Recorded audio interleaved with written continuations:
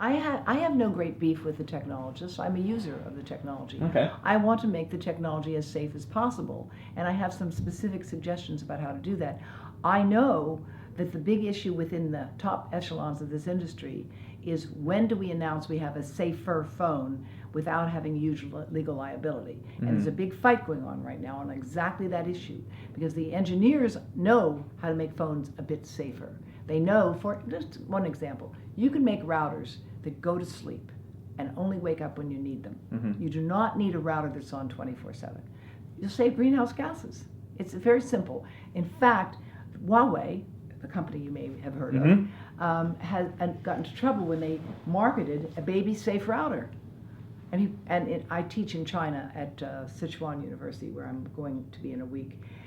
And there was a big fuss. Why are you saying it's baby safe? That's going to make a problem for us because everything's safe. And they said, no. Baby safe for them meant the router went to sleep, worked at the lowest possible power, and was only on when it was needed.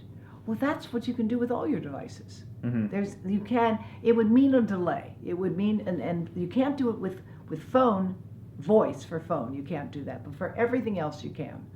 And there's a lot of deceit and deception going on here, including, for example, you do not need, nor would you want, 5G for autonomous vehicles. The signals are too unstable at that high frequency. They have not been able to do enough wave guiding. And so what autonomous vehicles need is 4G LTE, which we already have.